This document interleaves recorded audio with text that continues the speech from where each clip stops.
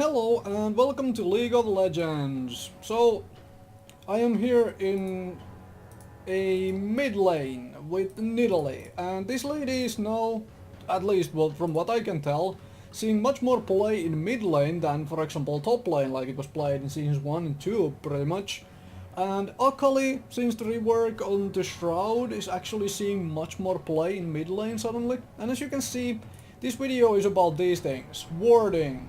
How to ward and what to do with your wards, like why place certain wards. As you can see, I have this brush and this brush warded by now, right?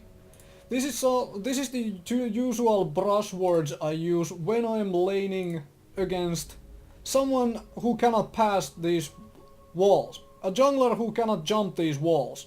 This ward allows me to see this area. This ward allows me to see this area.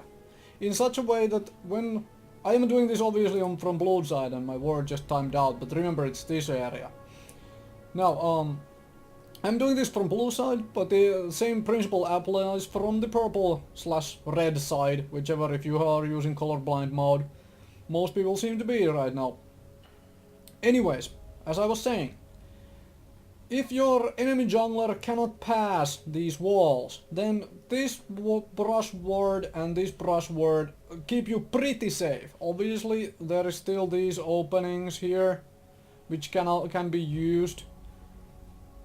But if they cannot pass through the wards, if they pass through the wards or pass by them, you can see them coming. If they can pass through the walls, like let's say this Sejuani rework, which has put her out into the field now.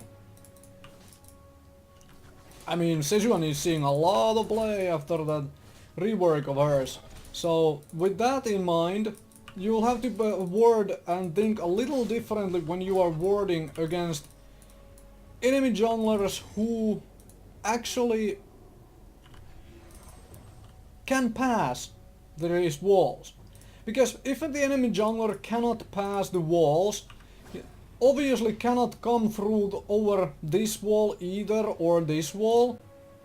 So you are safe there, right?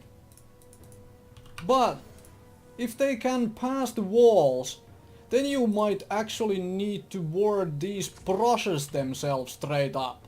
Because, I mean, they can come over the wall, then you can get to mid lane, and if you have this brush warded, you didn't see them coming for you, right? So here comes the big question I have always when I am, and this obviously changes per game. Most of warding changes a little per match, depending whatever is going on. So my personal question is, do I ward one side fully? Or do I ward both sides? What I mean by this is, it's possible to overkill on wards on one side. Ward this brush, and maybe even stick a freaking... If your top lane is not warding, maybe even stick a ward up here. Or stick a ward up here if you are blue side. If you are on the red/purple side, you can stick the ward out here. This is a aggressive ward. Right? This is overkilling one side on wards. This is to make sure that you only have to worry about ganks coming from one side of the jungle/whatever. Right? I am just killing creeps while I'm talking, and so don't mind about that. You know, practice for all sorts of things. Right, so overkill wards one side or ward both sides. 150 gold to ward both sides, whether it's here or whether it's these brushes, to keep yourself safe. And note that these are defensive wards. When I will go up here. Yes, please follow me around. When I go up here and ward here. This is an offensive ward. This allows me to farm and see when possibly farm enemy waves, see if the enemy jungler is here, that sort of stuff. Whether that ward is here or in this brush, one or the other. It's not always safe to walk all the way here to drop the ward into the brush. So I like to come just here and drop it, you know? Because this is the range where you can drop it. You can just barely drop it over here and see it. These are all very aggressive wards. You could obviously just straight up ward the enemy red buff as well if it comes to that. That is another aggressive ward you can play around with, and I suggest you do so. But what I was about to talk about more is this whether to ward both sides or not. And this is dependent on enemy jungler more than anything else. Because if it's a jungler which can pass walls, like I talked about earlier, then you obviously want both sides warded, more than like overkilling one side.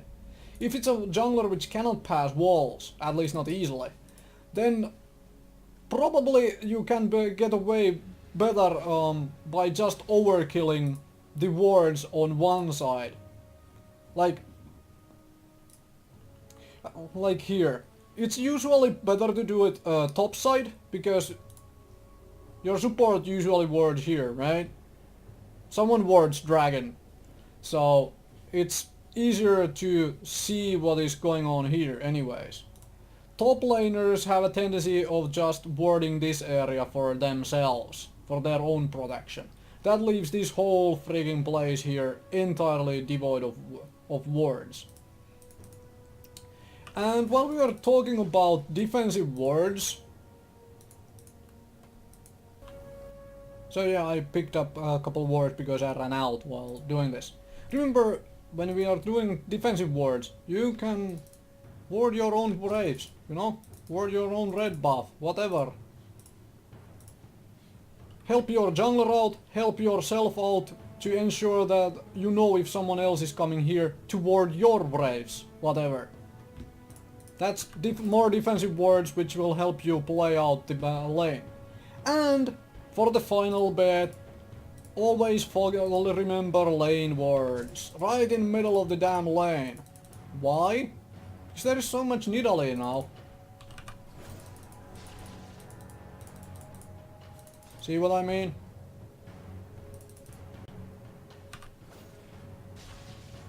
From hiding to where you have vision to killing everything which is here, whether that is right in the middle of the lane or a little further up, you can do that.